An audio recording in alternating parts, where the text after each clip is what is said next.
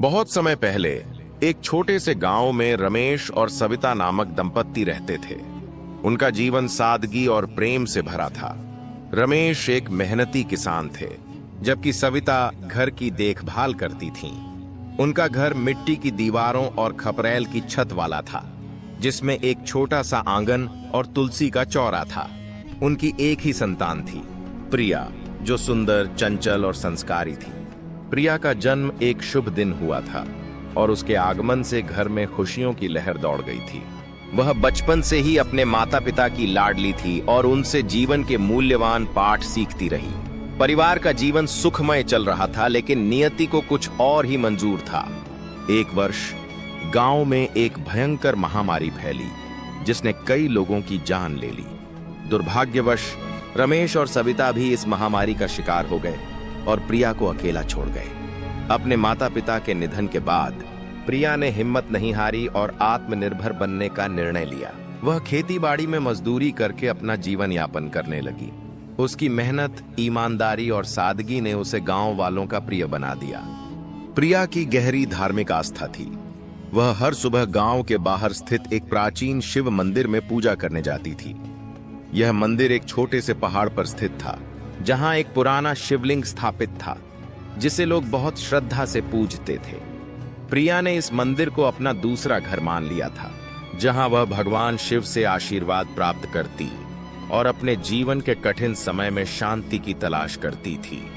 एक दिन सोमवार के शुभ अवसर पर प्रिया अपने साथ एक लोटा दूध लेकर शिवलिंग पर अर्पित करने के लिए मंदिर गई। जब वह मंदिर पहुंची तो उसने देखा कि वहां कोई नहीं था और यह देखकर उसे थोड़ी घबराहट महसूस हुई, लेकिन उसने इसे नजरअंदाज किया और अपनी पूजा में मन लगाया। जैसे ही वह शिवलिंग पर दूध चढ़ाने के लिए झुकी, अचानक एक सांप तेजी से शिवलिंग के पास आया और उस पर लिपट गया। प्रिया घबरा गई, लेकिन उसने हिम्मत नहीं हारी। उसने धीरे से दूध का लौटा शिवलिंग के पास रखा और पीछे हट गई। सांप ने दूध पिया और फिर धीरे धीरे शिवलिंग से उतरकर चला गया। प्रिया हैरान और भयभीत थी, लेकिन उसने भगवान शिव के सामने हाथ जोड़कर प्रार्थना की और मंदिर से बाहर निकल गई। हर सोमवार प्रिया शिवलिंग पर दूध अर्पित करने मंदिर जाती थी, जहां एक सांप आकर दूध पीता था। एक सोमवार खेत में काम की व्यस्तता के कारण प्रिया मंदिर नहीं जा पाई। उस दिन खेत में काम करते समय एक सांप उसके सामने आ गया, लेकिन बिना कोई नुकसान पहुंचाए चला गया। शाम को घर लौटते समय एक और सांप ने उसका रास्ता काटा। इन घटनाओं ने प्रिया को सोचने पर मजबूर कर दिया कि कहीं यह संकेत तो नहीं कि उसने मंदिर में दूध अर्पित करने का अपना कर्तव्य भुला दिया है। तुरंत प्रिया घर गई, दूध लिया और मंदिर पहुंची। वहां उसने देखा कि वही सांप शिवलिंग के पास लिपटा हुआ था। प्रिया ने राहत की सांस ली और सांप को दूध अर्पित किया, जो उसने पी लिया और फिर चला गया। रात में प्रिया के मन में सवाल उठा, क्या यह सांप उसे उसके कर्तव्यों की याद दिलाने के लिए आ रहा है या इसका कोई और रहस्य है? हर सोमवार प्रिया शिवलिंग पर दूध अर्पित करने मंदिर जाती थी, जहां एक सांप आकर दूध पीता था।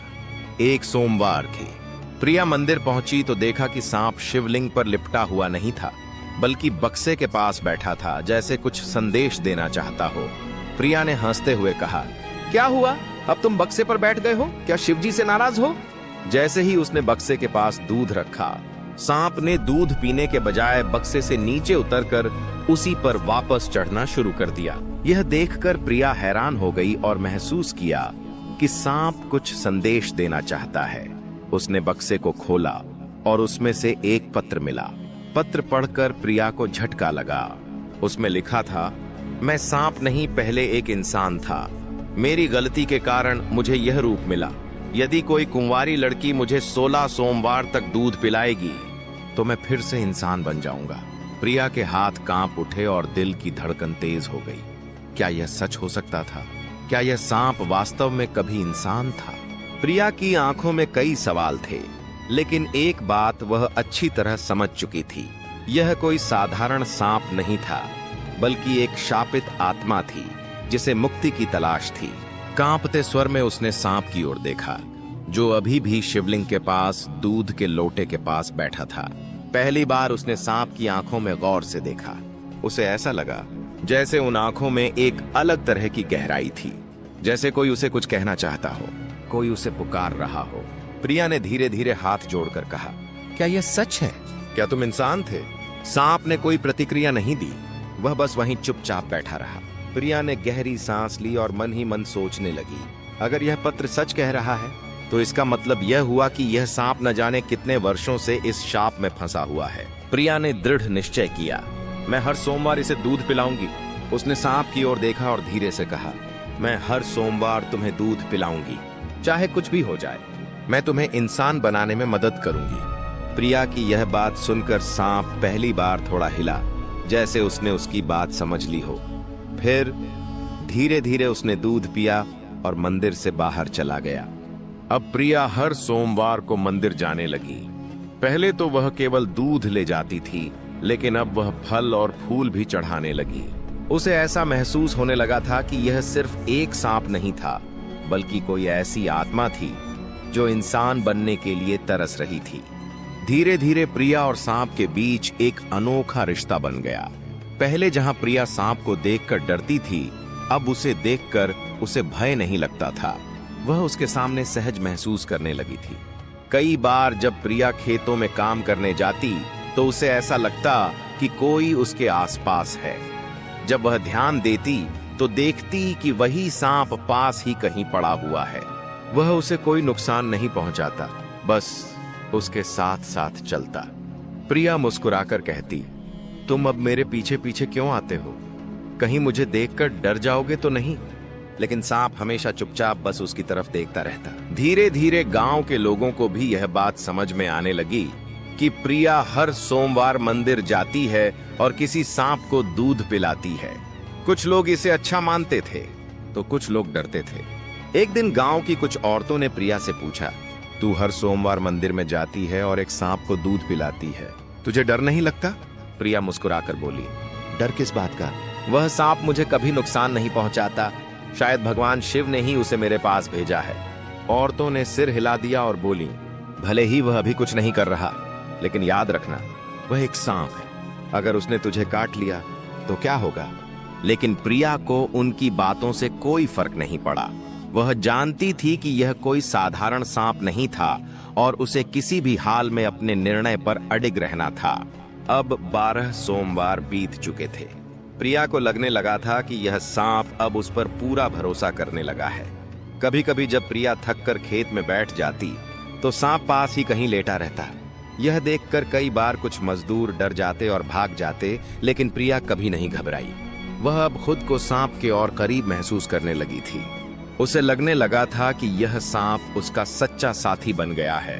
वह अब उसे सिर्फ एक श्रापित प्राणी के रूप में नहीं देखती थी, बल्कि उसकी तकलीफ को महसूस करने लगी थी। एक रात प्रिया अपने घर के बाहर बैठी थी। वह आकाश की ओर देख रही थी। चांदनी रात थी, ठंडी हवा बह रही थी, लेकिन उसके मन में कई सवाल थे। आखिर उसने कौन सी गलती की थी? कौन था वह इंसान? क्या वह सच में बदल सकता है? और अगर बदल भी गया तो क्या फिर कभी मुझसे मिलेगा? वह यही सोच रही थी कि तभी उसे अपने पैरों के पास कुछ महसूस हुआ। उसने नीचे देखा, वही सांप धीरे धीरे उसके पास आकर बैठ गया था। प्रिया ने गहरी सांस ली और हल्की हंसी के साथ कहा, तुम्हें भी अब मेरी आदत पड़ गई है ना? सांप बस शांत बैठा रहा। अब सिर्फ 4 सोमवार बचे थे। प्रिया हर सोमवार और भी ज्यादा श्रद्धा के साथ मंदिर जाने लगी। अब वह दिन नजदीक आ रहा था जब 16 सोमवार पूरे हो जाएंगे। प्रिया के मन में एक अजीब सी बेचैनी थी। क्या सच में यह श्राप टूट जाएगा? अगर यह सच में इंसान बन गया तो क्या यह मुझे पहचान पाएगा? क्या वह मुझसे दूर चला जाएगा? इन सवालों ने उसके मन को घेर लिया था, लेकिन उसने खुद को संभाला और निश्चय किया कि जो भी होगा वह इस सांप को इंसान बनाने के अपने वचन को पूरा करेगी। आखिरी सोमवार। प्रिया पूरी तरह तैयार थी। इस बार वह सिर्फ दूध ही नहीं, बल्कि कुछ फल और पुष्प भी ले गई। उसकी धड़कनें तेज थीं। मंदिर का वातावरण शांत था, लेकिन उसके भीतर एक अजीब सी बेचैनी थी। आज आखिरी सोमवार था, जिस दिन वह इस श्रापित आत्मा को मुक्ति दिलाने वाली थी। क्या सच में कोई चमत्कार होगा? क्या यह सांप इंसान बन पाएगा, या यह सब बस एक भ्रम था? शिवलिंग पर लिपटा सांप वैसे ही स्थिर पड़ा था जैसे हर सोमवार को होता था। प्रिया ने कांपते हाथों से दूध का कटोरा उसके सामने रखा और धीरे से कहा, आज आखिरी सोमवार है। अगर पत्र में लिखी बातें सच हैं, तो आज तुम्हें अपने असली रूप में लौट आना चाहिए। सांप धीरे धीरे दूध पीने लगा। प्रिया की आंखें अपलक उसे निहार रही थीं। मंदिर की घड़ियाल बज रही थी। वातावरण में एक अद्भुत ऊर्जा थी। तभी अचानक मंदिर के दीपक की लौ तेज हो गई, जैसे कोई शक्ति वहां उपस्थित हो। हवा का झोंका मंदिर के अंदर गूंज उठा और प्रिया को महसूस हुआ कि कुछ अलौकिक घटित होने वाला है। जैसे ही सांप ने दूध खत्म किया, उसके शरीर में हलचल होने लगी। उसकी आंखों में एक अलग तरह की चमक छलकने लगी थी। मंदिर में मौजूद कुछ अन्य श्रद्धालु यह दृश्य देखकर भयभीत हो गए और धीरे धीरे बाहर जाने लगे। अचानक सांप के शरीर से हल्की रोशनी निकलने लगी। उसका शरीर कंपन करने लगा और उसके चारों ओर एक दिव्य आभा फैल गई। प्रिया स्तब्ध थी। यह कोई सामान्य घटना नहीं थी। सांप धीरे धीरे मंदिर के फर्श पर लेटने लगा और उसका शरीर एक उज्जवल प्रकाश में बदलने लगा। प्रिया अपनी जगह स्थिर खड़ी रह गई। उसकी आंखों के सामने अलौकिक दृश्य घटित हो रहा था। कुछ ही क्षणों में सांप पूरी तरह प्रकाश में समा गया और वहां एक युवक प्रकट हुआ। उसकी उम्र लगभग 25 से 26 वर्ष रही होगी।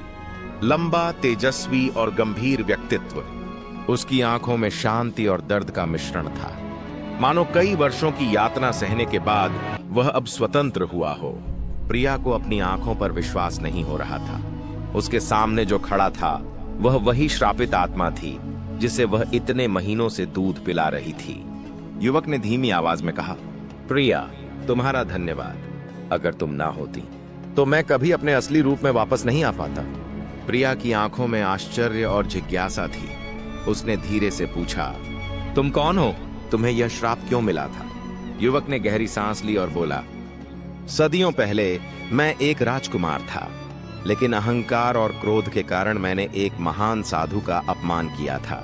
उन्होंने मुझे श्राप दे दिया कि मैं एक नाग के रूप में जन्म लूं। जब तक कोई सच्चे मन से मुझे 16 सोमवार तक दूध नहीं पिलाएगा, तब तक मैं इस योनि में ही फंसा रहूंगा। तुमने न केवल मुझे मुक्त किया, बल्कि मेरी आत्मा को भी शुद्ध कर दिया। प्रिया अवाक थी। उसे समझ में नहीं आ रहा था कि वह इस पर विश्वास करे या नहीं। क्या यह सच था? क्या यह वही श्रापित राजकुमार था? युवक ने प्रिया की ओर देखा और कहा, अब जब मैं मुक्त हो गया हूं तो मुझे अपने राज्य लौटना होगा, लेकिन मैं तुम्हारा यह उपकार कभी नहीं भूल सकता। प्रिया की आंखों में हल्की नमी थी। इतने महीनों से उसने इस नाग को अपना मित्र माना था, और अब जब वह इंसान बन चुका था तो क्या वह हमेशा के लिए चला जाएगा? प्रिया ने धीरे से कहा, तुम चले जाओगे? वीरेंद्र मुस्कुराया और बोला, मैं कहीं नहीं जा रहा। मैं तब तक यहीं रहूंगा जब तक तुम मुझे स्वीकार नहीं कर लेती। प्रिया, तुमने मुझे नया जीवन दिया है। अब यह जीवन तुम्हारे बिना अधूरा है। प्रिया की आंखों में विस्मय था। वह कुछ बोल नहीं पाई। क्या यह सच था? क्या वह, जिसे वह अब तक सांप समझ रही थी, अब उसका जीवन साथी बनने की इच्छा रखता था? मंदिर की घंटियां गूंज रही थीं। ऐसा प्रतीत हो रहा था मानो स्वयं महादेव इस पवित्र मिलन के साक्षी बन रहे हों। प्रिया के मन में अनगिनत भाव उमड़ रहे थे। अविश्वास, आनंद, संकोच और हृदय की धड़कनों को बढ़ा देने वाली एक अनकही भावना। वीरेंद्र अब उसके सामने खड़ा था, एक दिव्य तेजस्वी पुरुष, जिसे उसने अपने हाथों से दूध पिलाया, जिसे उसने सच्चे मन से अपनाया, और आज जो उसके जीवन का सबसे महत्वपूर्ण हिस्सा बन चुका था। प्रिया की आंखों में सवाल थे, परंतु वीरेंद्र के चेहरे पर सिर्फ सुकून था। उसने एक कदम आगे बढ़ाया और प्रिया का हाथ थाम लिया। प्रिया, क्या तुम मेरी जीवन संगिनी बनोगी? प्रिया स्तब्ध थी। यह सब इतनी जल्दी कैसे हुआ? क्या सच में नियति ने उसके लिए यही तय किया था? उसकी आंखें हल्की नमी से भर आईं, लेकिन उनमें संकोच की जगह अब विश्वास था। उसने धीरे से कहा, अगर महादेव ने हमारे रास्ते को जोड़ दिया है तो इसे कोई नहीं बदल सकता। वीरेंद्र की आंखों में चमक आ गई। उसने मंदिर में ही प्रिया के सामने घुटनों के बल बैठकर उसकी सहमति मांगी। यह देखकर वहां उपस्थित गांव के कुछ लोग भी मुस्कुराने लगे और प्रिया ने हां कर दी। अगले ही दिन गांव के शिव मंदिर में प्रिया और वीरेंद्र का विवाह संपन्न हुआ। शिवलिंग के समक्ष अग्नि को साक्षी मानकर दोनों ने 7 फेरे लिए। गांव वालों ने इस अलौकिक प्रेम गाथा को स्वीकार किया और इस पवित्र मिलन के गवाह बने। विवाह के पश्चात वीरेंद्र ने प्रिया से कहा, अब समय आ गया है कि हम इस गांव को छोड़कर एक नई जगह चलें, जहां कोई हमें हमारे अतीत से न पहचाने। प्रिया को वीरेंद्र पर पूरा विश्वास था।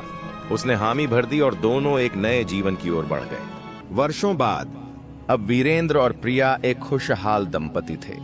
उनके पास एक सुंदर घर था, जहां भक्ति, प्रेम और वफादारी का वास था। वीरेंद्र अब एक सम्मानित व्यक्ति बन चुका था और प्रिया आज भी शिव मंदिर में हर सोमवार को दूध चढ़ाती थी, लेकिन अब किसी श्राप को मिटाने के लिए नहीं, बल्कि अपने परम विश्वास और भक्ति को बनाए रखने के लिए। दोस्तों, इस कहानी से हमें यह सीख मिलती है कि सच्ची भक्ति और निस्वार्थ प्रेम में अपार शक्ति होती है। जब हम सच्चे दिल से किसी की मदद करते हैं और अपने कर्तव्यों को निभाते हैं, तो ईश्वर भी हमारी राह आसान कर देते हैं। विश्वास, वफादारी और सच्चाई ही जीवन की सबसे बड़ी पूंजी होती है, जो किसी भी मुश्किल को पार कर सकती है। दोस्तों, मुझे उम्मीद है कि यह कहानी आपको जरूर पसंद आई होगी। अगर यह कहानी अच्छी लगी हो तो वीडियो को लाइक करें और कमेंट में नमः शिवाय जरूर लिखें।